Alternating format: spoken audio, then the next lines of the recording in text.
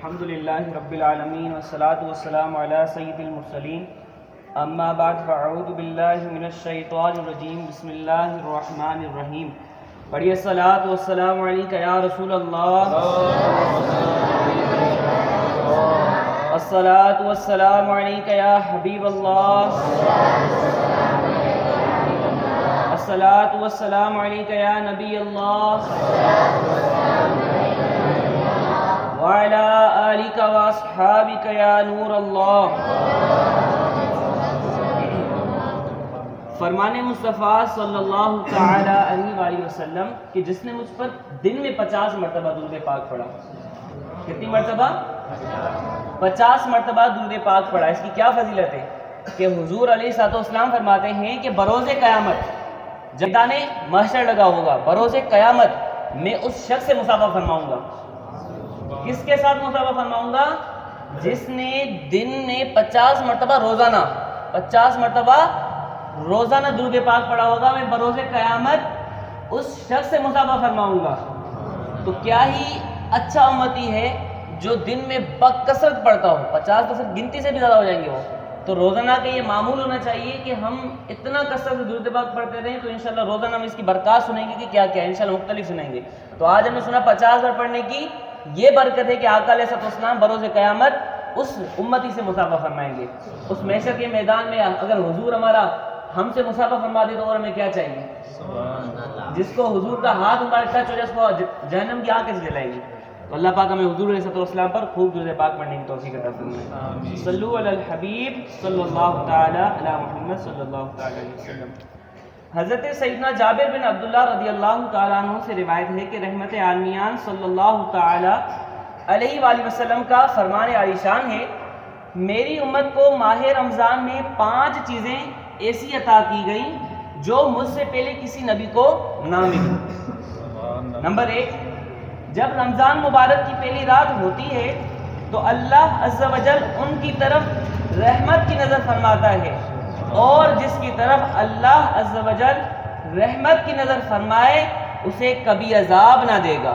سبحان اللہ. ہم حضور علیہ السلام کے کتنے پیارے امتی ہیں کہ جب ماہ رمضان آتا ہے تو اللہ پاک کی نظر عنایت، نظر کرم ہم پر ہوتی ہے، اور جس پر اللہ پاک کی نظر کرم ہو جائے اسے جہنم کی آگ کچھ نہیں کر سکتی. اور اگر ہم ان کا حق ادا نہ کریں، ہمارا حق ادا کرنا کیا ہے؟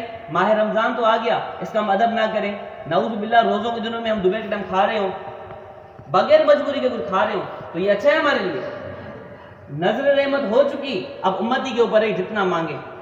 کنواں بھرا ہوا ہے پانی سے، اب پھر بھی بندہ پیاسا رہے تو اس کی اپنی غلطی ہے نا.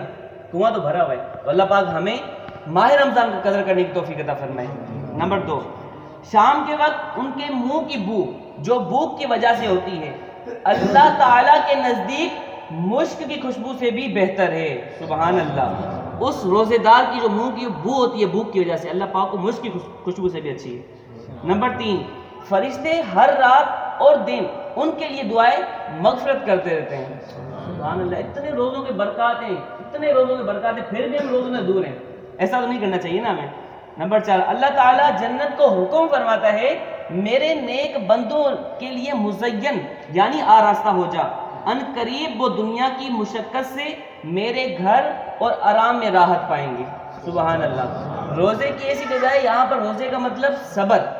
روزے کا مطلب کیا ہے؟ صبر کرنا. کھانے پینے سے صبر کرنا، گناہوں سے صبر کرنا. اس صبر کا بدلہ کیا ہے؟ جنت ہے. تو ہم روزے میں صبر کرتے ہیں تو اللہ پاک انشاءاللہ ہمیں اس کا بہترین رزق عطا فرمائے گا. نمبر 5، جب ماہ رمضان کی آخری رات آتی ہے تو اللہ عز و جل سب کی مغفرت فرما دیتا ہے.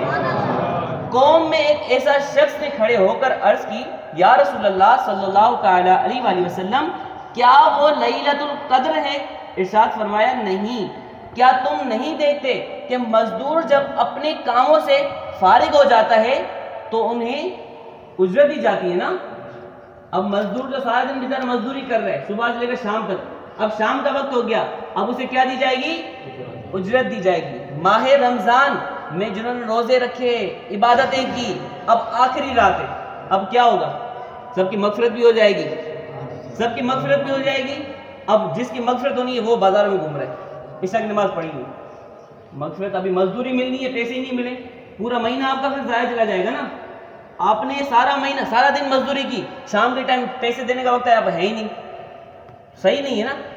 ہم نے سارا مہینہ محنت کی, آخر کے دن آگے ہم لوگ مسجد میں نظر نہیں آتے. کہاں کھڑے ہوئے؟ قائد آباد کھڑے ہوئے. کہاں کھڑے ہوئے؟ بابا مارکیٹ کھڑے ہوئے. ایسا نہ کریں, اللہ کی رضا کے لیے مہینہ آیا عبادت کے لیے. بے شک شاپنگ کریں پر عبادت سے ہٹ کے رات کے ٹائم بندہ کرے, منع ہے نہیں نا. تو اس بات کا خاص اہتمام کریں. حضور علیہ السلام نے فرمایا اگر میری امت کو یہ پتہ چل جائے کہ ماہ رمضان کیا ہے, قسم با خدا پورا سال رمضان ہونا چاہیے, وہ دعا کریں گے اگر امت کو پتہ چل جائے. اور ہماری امت بیچاری مسجد میں اتنا دور ہے کہ اللہ ہمارا مالک.